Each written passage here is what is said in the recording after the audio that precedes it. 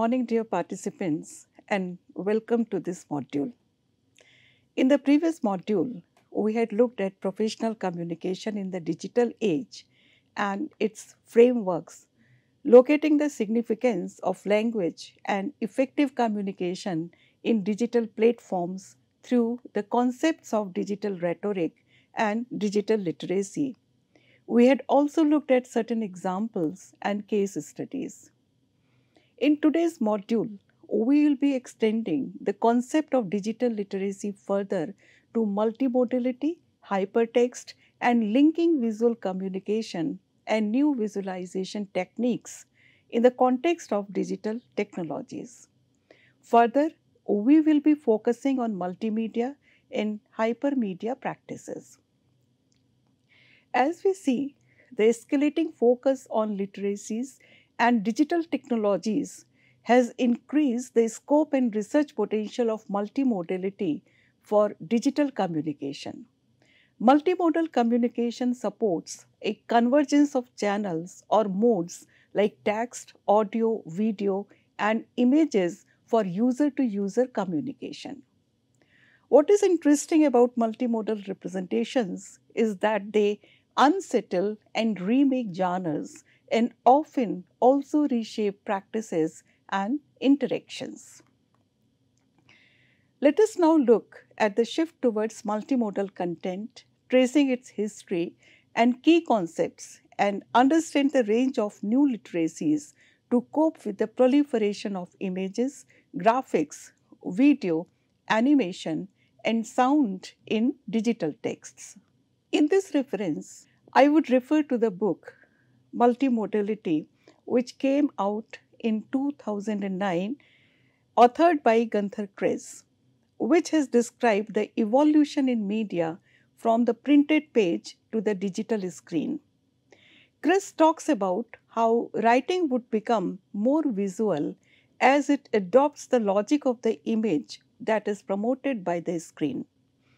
Multimodal digital communication refers to the use of multiple modes of communication such as text, images, audio, and video, etc. simultaneously in digital environments.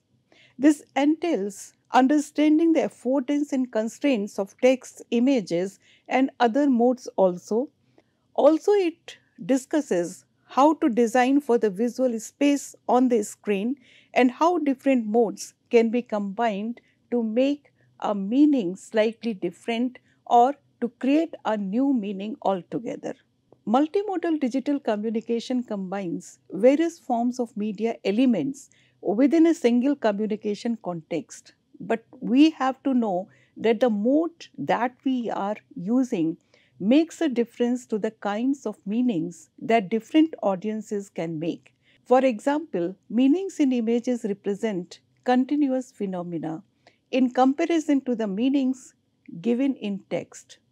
Different modes have different underlying assumptions, even though they do share some common features. And now let's look at some of those. The common features which we would be taking up in this slide are interactivity, semiotic resources, accessibility, synchronous and asynchronous communication. Interactivity allows us, in the context of multimodal digital communication, to interact with the content, navigate through different media channels and elements, and participate in activities such as commenting or sharing. Semiotic resources allow for the use of multiple semiotic resources such as visuals, sounds, and gestures to convey a meaning that can be social, cultural, or material. Multimodal communication also enhances accessibility and inclusivity by accommodating different communication preferences and abilities. We can also look at synchronous and asynchronous communication. Synchronous communication is one which occurs in real time, and asynchronous communication is one which occurs in a delayed manner. Multimodal digital communication offers flexibility in terms of content creation and consumption. It can also be accessed and delivered across different devices and platforms, allowing the users to adapt their communication preferences based on their needs and technological capabilities, and also the accessibility to a particular type of technology. Now, let's look briefly at the two emergent phenomena related to multimodality in digital communication. They are interactive multimodal platforms, or IMP in brief, and robot mediated communication. IMPs, or interactive multimodal platforms, incorporate user generated content and social interaction that allow users to comment via multiple channels on a single website. It can be in the form of text, as in email chat, audio, that is voice over internet protocol, video, as in video conferencing, and graphics, etc. In comparison to IMP, robot mediated communication makes use of telepresence robotics that facilitate geographically distributed communication. It makes use of cameras, sensors, microphones, speakers, and other tools also. The concept of IMP and robot mediated communication was mentioned initially by Susan Herring in her article New Frontiers in Interactive Multimodal Communication. WhatsApp is arguably an example of the IMP on a mobile device. In addition to text messaging, it enables smartphone users to exchange image, video, and audio messages in a single conversation. We'll discuss more about robot mediated communication in the coming modules. To communicate with multimodal resources, we need to know also how to design them. And now let us consider the steps to ensure an effective communication experience in digital mode. If we look at the slide, we look at an advertisement by PETA, which wants to encourage students to say no to animal dissection. But it is a very apt illustration in the context of multimodal digital communication. In the diagram also, we can look at different aspects related with multimodality. For example, in order to design multimodal texts, we have to choose the multimodal data. We should also be able to capture the social context. We should also be able to plan content and structure in order to create an outline or a storyboard. We should also be able to distribute and evaluate, that is, how to publish the multimodal digital text and how to gather feedback from different users. How do we integrate the issues related with design and layout to consider the overall aesthetics, color schemes, etc.? And how do we integrate these modalities so that it facilitates interaction and also expresses emotional impact, power, and relationships also? The concept of modality refers to how truthful the representation is portrayed to be. The multimodal text on the right hand side has incorporated visual modes of text and images. So, this PETA advertisement has also shown a popular American singer, Noah Cyrus. It is an interesting example of text image interaction and also of a visual argument that can simultaneously appeal to our emotions. In the following video, we shall look at an interview of the famous linguist Gunther Kress. We have also referred to Gunther Kress in the previous module in the context of multiliteracies. In this interview, he is talking about multimodality and social semiotics. He suggests that meaning cannot be properly conveyed through a single mode and that different modes serve different purposes to convey the meaning. Let us now have a look at the video. Gunther Kress is shown in conversation with one of the scholars, Berit Henriksen, at the University of London in 2012. This interview was an extension of his work, Multimodality, a social semiotic approach to contemporary communication. He suggests that videos are situated temporally, where images are spatially located, while text is historically situated, and it is this combination which creates the meaning in its totality.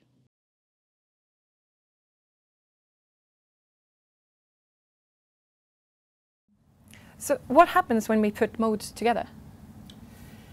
Well, behind it all is, of course, the notion of communication. I want to communicate something to you. I have a meaning which I want you to get in some way. I have the sense that one mode alone won't do it. So I put modes together because I have a sense that this mode will allow me to do this kind of thing best, and this mode will allow me to do this other thing best.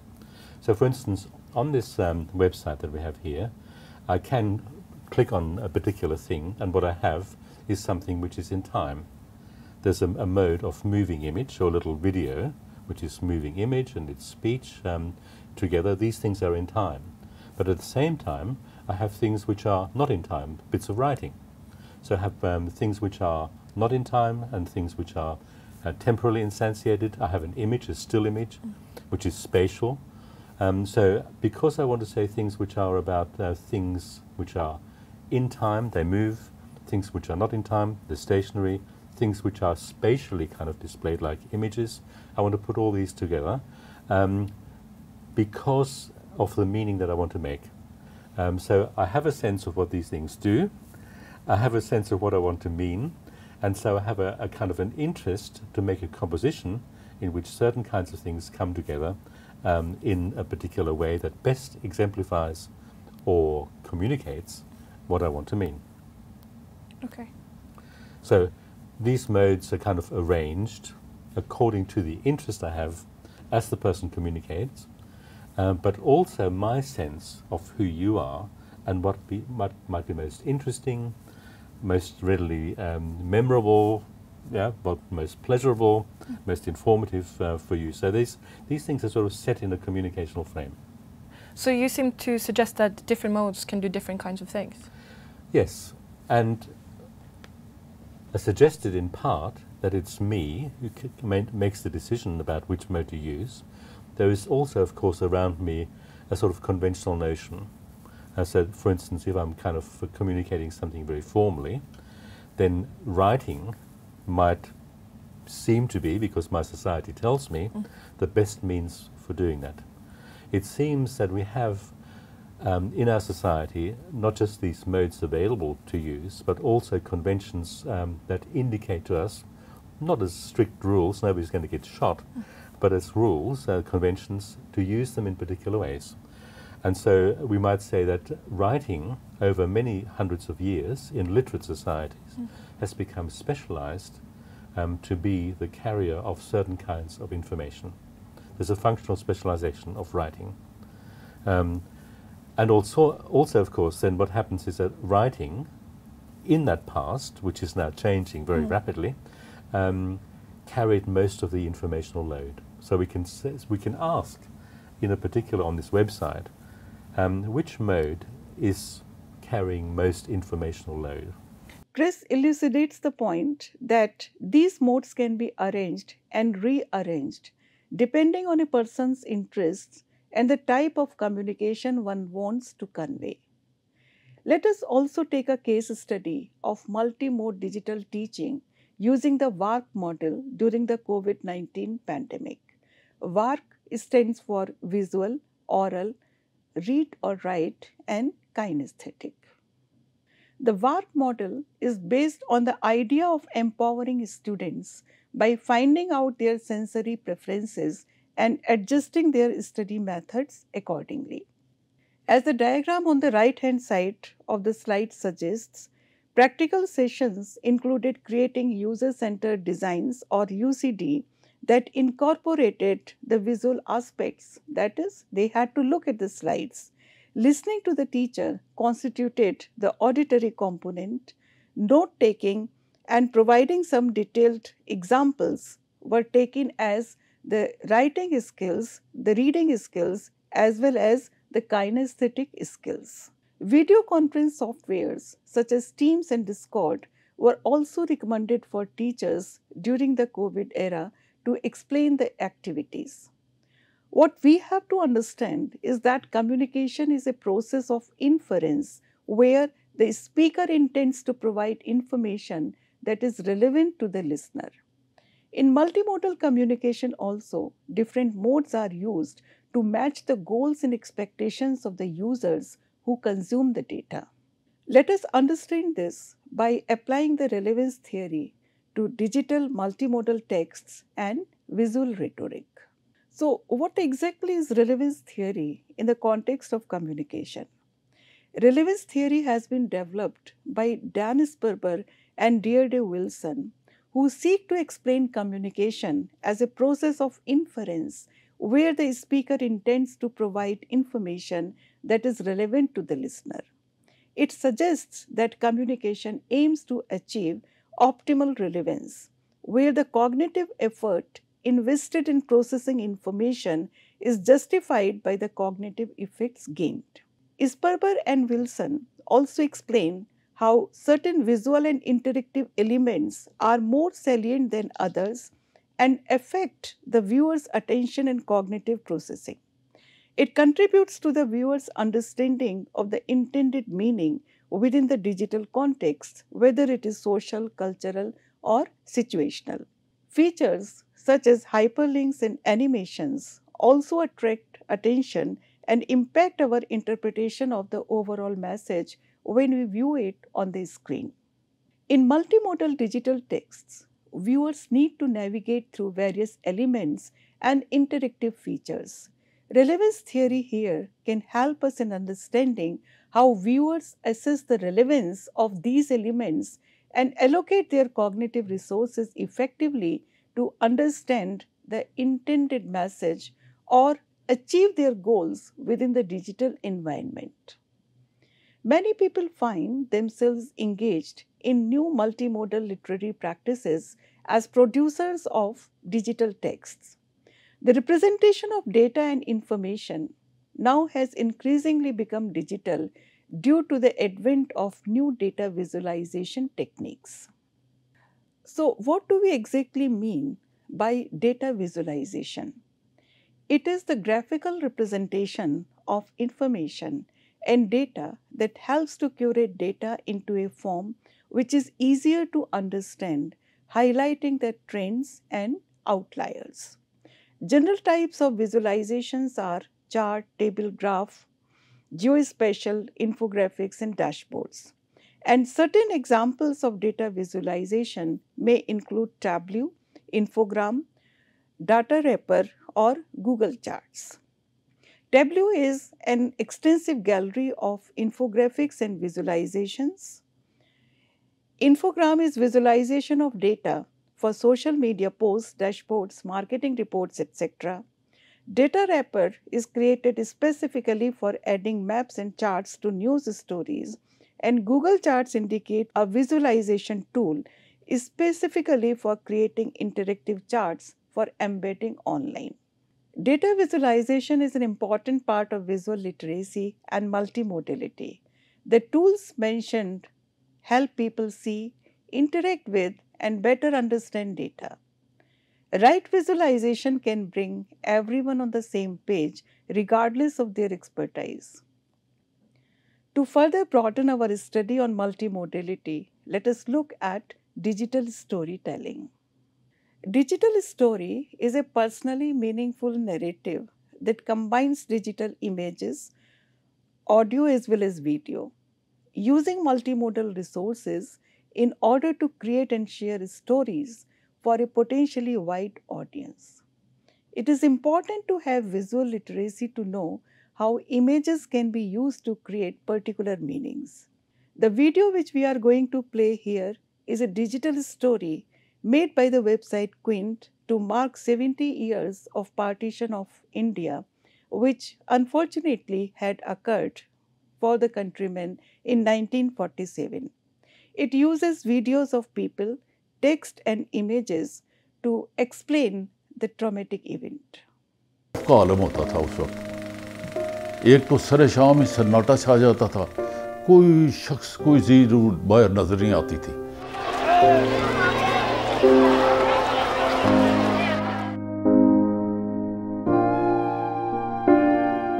Life in that village was very good, and you start to miss all that.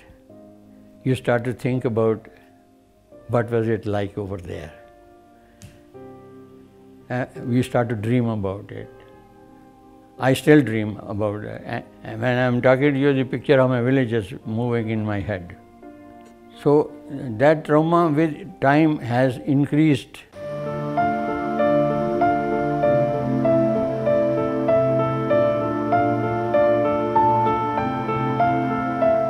हिजरत के बाद के जो यहाँ कशमकश रही है ज़िंदगी की, माशी, रिहायशी और मुलाजमतों की। Data visualization and digital storytelling are two impactful examples of digital multimodality. However, in digital media, there can be certain limitations in the context of design. One of the ways in which these constraints can be overcome is through hypertext and linking that cannot be available in only the print-based media. And this has a profound effect on the way the writers can structure and organize information and the ways in which readers can navigate their way through it. The term hypertext was coined by American sociologist Theodore Nelson in his book Literary Machines. Hypertext is an electronic text which is hyperlinked to another electronic text on the internet. It allows readers and writers to make use of the hypertext links to organize electronic texts in a non-sequential way, depending to a large extent on the choice made by the reader while going through that particular web page. Hypertext links provide order and structure to texts in two different ways. Either they can be internally linking or they can be externally linking. Internally linking means different parts of the same text are linked in a logical way, and the external linking suggests that the texts are externally linked to other texts on the internet. In this way, electronic texts can reference and include prior texts through hyperlinks that make them accessible with minimal effort on the part of the reader. Let us also analyze at this point the ways in which people use hyperlinks to internally organize online texts. It can be hierarchical, linear, or hypertextual. Hypertexts which are organized in a hierarchical structure have hyperlinks arranged like a menu or a tree-like outline. This arrangement allows readers to see the entire organization of the document at a glance and easily navigate to the part which they feel is the most relevant for their needs. In linear structure, part of the text are organized in a specific sequence which readers have to follow, and it is a very common practice to use this structure in online learning sites or also while we have to fill out surveys or different types of forms. In hypertextual structure, parts of the document are linked to other parts of the document or other documents on the internet based on relationships of association. For example, some key terms are highlighted and linked to related pages, definitions, or elaborations of terms or concepts. The online shopping texts, as the visuals on the right-hand side of the slide illustrate, make use of combination organizational patterns. Most digital texts use a combination of hierarchical, linear, and hypertextual organizational patterns to make them more attractive. Hypertext links can also serve to organize an online document externally by associating the text with other texts on the net. It could also imply a set of relations. So, what are the relations which can be implied through the use of external hypertext links. It can be cause and effect, comparison or contrast. It can be an example, sequence, or evaluation. Organizing text externally allows writer to juxtapose different texts to create unexpected associations or contrasting viewpoints in a critical way. Hyperlinks can subvert the neutral objective style and can also help the reader to think critically, as different examples given in the pictures on this slide suggest. However, hyperlinks are also critiqued for compromising the logical manner in which conventional texts are read. Hypertext and all other modalities that we have discussed earlier converge together to form multimedia. Access to multimedia information has become the principal motivation behind communication networks today. Interactivity is the keynote behind multimedia. Graphics, visualization, data compression, and networking all have important contributions to make in multimedia. Now, let us look at the fundamentals of multimedia and its basic components. As we have suggested earlier, multimedia refers to the convergence of multiple modalities for the purpose of interactivity. These modalities are put to use in video conferencing, augmented reality, edutainment and infotainment, digital libraries, reference sources, and health applications. Main features of multimedia include navigation, which enables the user to explore and navigate from one page to another. Hyperlinks suggest a non-linear navigation of jumping for the requested information to make it easy to use and understand. Most of the websites display all these features in the form of advertisements. They employ multimedia features to market merchandise or to offer services online. Creating effective multimedia presentations includes planning the content, visual designs, creative integration of modes, layouts, and effective use of software compatibility, as well as, of course, accessibility. Let us look at the types of multimedia, its applications, and how it can be personalized for synchronous or asynchronous communication. One of the most effective components of multimedia for presenting information is, of course, the text. Text in multimedia are used in messaging, advertisements, subtitles in films, etc. Font editors and design tools are used to specifically create or modify font files. It includes ResEdit, Fontographer, FontMonger, etc. Hyperlink text connects non-linear information. Digital audio enhances multimedia applications by supplementing images, animations, video, and presentations. The method used for digitizing sound is called sampling. Audio file formats include MIDI, that is Musical Instrument Digital Interface, Apple's AIFF, that is Audio Interchange File Format, compressed formats like MPEG, etc. Sounds can be mono or stereo. Mono sounds are flat and unrealistic, whereas stereo sounds are much more dynamic and lifelike, which can be further enhanced using sound editors. At this point, I think we should look at images and the fundamentals of animation that have now become vital to multimedia applications. Their importance cannot be overstated.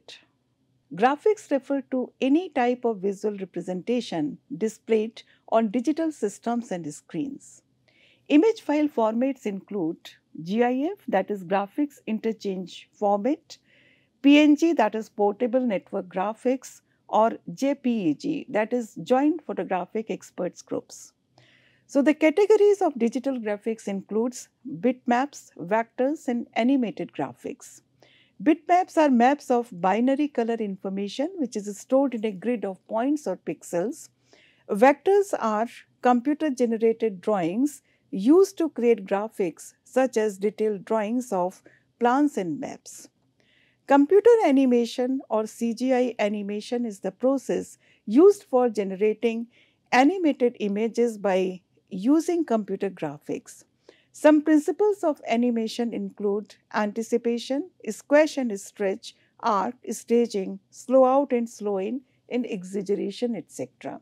In the visuals given on this slide, we can look at the definitions of these principles of animation.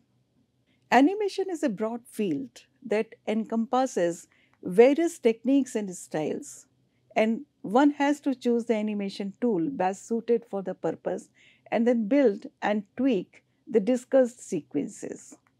Before the advent of computer animation, cell animation was widely used. The primary difference is that the latter relies on animation software programs along with the frame of animation provided by the animator. So, there are normally two terms which are basically used: keyframes and twinning.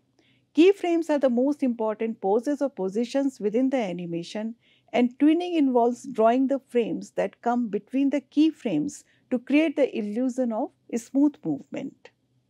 Kinematics and inverse kinematics are techniques used in animation to position a specific part of a system in a desired location and to study the movement and motion of structures that have joined, such as a walking individual. Morphing refers to the process of smoothly transforming one image or shape into another. Morphing applications can perform transitions not only between still images but often between moving images as well. Besides text, images and digital audio video is one of the most engaging modalities of multimedia venues. Unlike analog video, which is played using physical media or signals, digital video is stored, transmitted, and manipulated electronically. Let us look at this idea somewhat in detail. Video places the highest performance demand on any computer system. Digital video, as we have discussed, is stored and transmitted in the digital format, that is primarily the binary codes. It is used in television broadcasting, filmmaking, video streaming, video sharing platforms, and video conferencing. Video recording in a multimedia project involves choosing a shooting platform, storyboarding that visually outlines the project, lighting, composition, and editing. Video editing is the process of manipulating and rearranging video shots to create a new work. Nonlinear editing, that is NLE, makes use of computers with video editing software such as Avid, Final Cut, and Adobe Premiere. Videos can be compressed using standards like MPEG-4 and HEVC. The video that you are viewing now, that is the module itself, is also recorded, edited, compressed, and digitally streamed. We will discuss more about digital video platforms and the use of visual rhetoric in the next module. Now, let us take an example of multimedia elements in digital comics that have created a new reading experience by providing new avenues for storytelling, engagement, and creativity. Digital comics incorporate multimedia elements. Panels can transition smoothly, characters can move, and objects can also be animated, bringing the static things to life. They often include sound effects accompanied by audio effects. This feature adds an auditory layer to the visual narrative, making it more engaging. For example, explosions, footsteps, or dialogue bubbles which are popping up, etc. It also contains voiceover narrations and background score to add emotional depth to the narrative. It can also view 3D models of characters or objects using VR technologies. Digital comics can also take advantage of hyperlinks to provide additional context or reference to related content. With the advent of the internet and the World Wide Web, it has become easier to access and share multimedia documents, and it has led to collaborative developments like joint editing and multi-user presentations such as conferencing, training, telelearning, etc. Let us see how multimedia contributes to the World Wide Web. The first tool we refer to is plugins, which are software components that add specific features or functionality to an existing software application like web browsers and video editing tools. The web can support any graphic format that client and server have in common, including GIF, PNG, and JPEG. Most web browsers allow embedding of sounds into documents using the audio tag. Programming languages like JavaScript make web page content dynamic, allowing user interaction and animation. Multimedia cloud computing paradigm allows users to store and process their multimedia data in the cloud in a distributed manner. We will learn more about cloud computing and communication when we talk about artificial intelligence in the coming modules. What we have to understand is that the World Wide Web is a well-known example of a hypermedia system. We have already talked about hypertext and links, and now let us see how these hyperlinks form an important part of multimedia in the form of hypermedia and its applications. Hypermedia extends the concept of hypertext to describe the form of multimedia content that incorporates links or hyperlinks to other related resources. It includes text, images, audio, video, or any other type of digital media content. It is often associated with the concept of the hypermedia as the engine of application state principle in web development, which suggests that a hypermedia driven application should provide information about available actions or resources through hyperlinks embedded within the response, allowing the clients to dynamically navigate and interact with the application's resources. Some of the examples include the World Wide Web itself, e-commerce applications, Google Maps, as well as different types of interactive tutorials. Let us take a real-world application of hypermedia on e-commerce platforms. Hypermedia applications can greatly enhance the e-commerce experience by providing interactive and interconnected content, offering a more dynamic and engaging shopping environment for users. Let us see how this is brought into utility. E-commerce platforms use hypermedia to create dynamic and interactive product catalogs, and the e-commerce businesses leverage hypermedia to offer augmented reality try-on experiences. The websites integrate hypermedia elements to connect with social media platforms, and instead of static shopping carts, e-commerce platforms employ hypermedia to create interactive shopping cart interfaces and personalized recommendations. The graph which we are showing on the right hand side of the slide shows the acceleration model of e-commerce. This shows how the global pandemic caused online holiday shopping to skyrocket in ways no one could have predicted before the lockdowns had started. Since then, there was no turning back, and hypermedia has become key for retail e-commerce growth. This resulted in a sharp rise in ad revenue as well as privacy concerns for the user. This brings us to the final topic in the module, that is content management and security of multimedia systems. Multimedia content management provides a structured approach to manage and categorize various types of multimedia data like audios and visuals. And this is done through what is known as DS or the description schemes. DS or description schemes refer to the systematic methods and frameworks which are used to describe and organize multimedia content. The types of information which they describe are presented below as creation information, media information, and usage information. Creation information describes the creation and classification of the audiovisual content such as genre, subject, language, creators, etc. Media information describes the storage media such as the format and coding of the AV content. Usage information describes the usage information related to the AV content like usage rights and financial information. The categorization of description schemes is to enable efficient indexing, searching and browsing of multimedia content within a collection of database. However, the fundamental problem of communication is reproducing the multimedia content, either exactly or approximately. This poses the question of how the security of multimedia content can be secured. Piracy is a growing potential threat, and some of the ways in which it can be reduced is through watermarks and copyright protection. Watermarking is a technique which is used to embed information or a mark into digital media.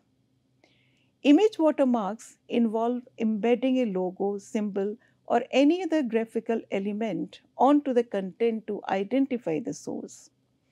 Invisible watermarks or digital watermarks are embedded within the content and are not easily detectable by ordinary visual inspection. Audio watermarking is a technique which is used to embed imperceptible or semi-perceptible information into audio signals. Watermarks, especially the invisible ones, can be used to verify the authenticity and integrity of digital media. They provide a means to detect tampering or unauthorized modifications. Watermarking serves several purposes, in which copyright protection is the most prominent one. Let us look at IP rights, that is, intellectual property rights, and copyright more closely. IP rights are legal rights that are granted to individuals or entities for the protection of their creations or inventions. This includes content like software, digital art, music, and video, etc.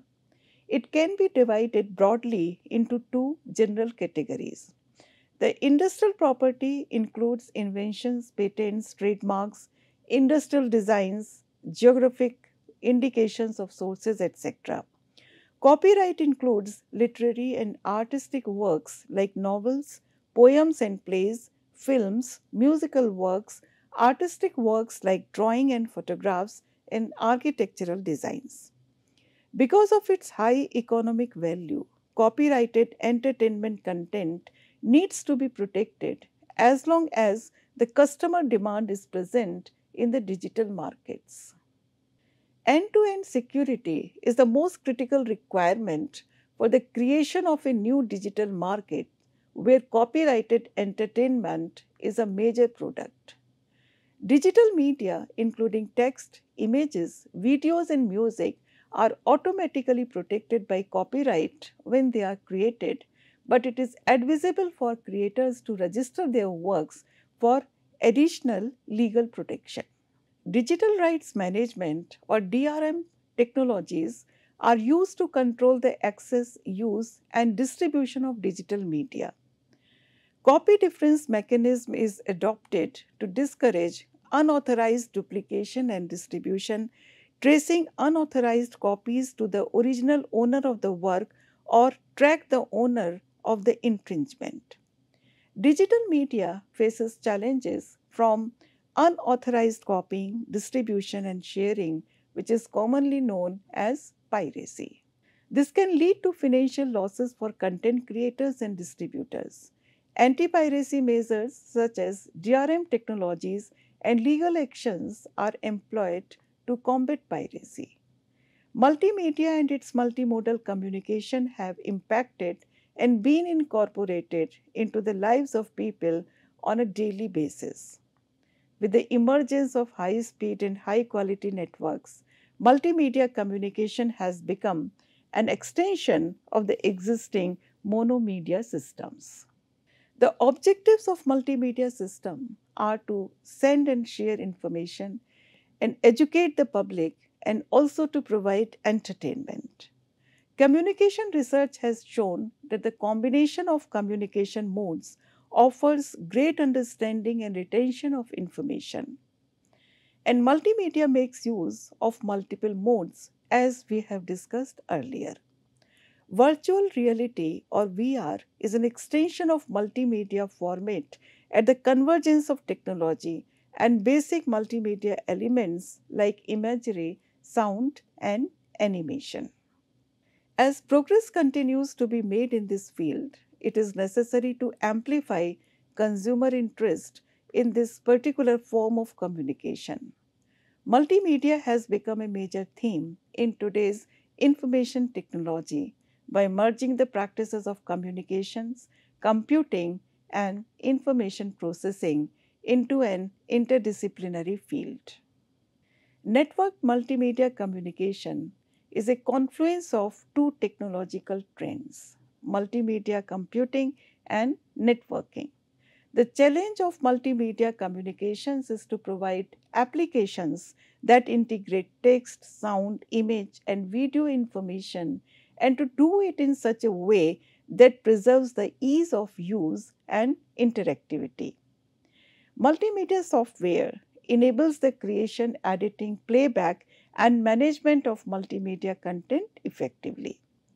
It also poses some limitations and challenges like information overload, compilation time, additional expenses, and the extensive use of bandwidth in some cases. In the next module, we will discuss about the technological developments that have led to the socialization of the web. We will look at Web 2.0, that is the social web that we know and experience today in the context of typical channels of communication like blogs, wikis, podcasting. We will also be discussing the new generation of web called the semantic web. Thank you.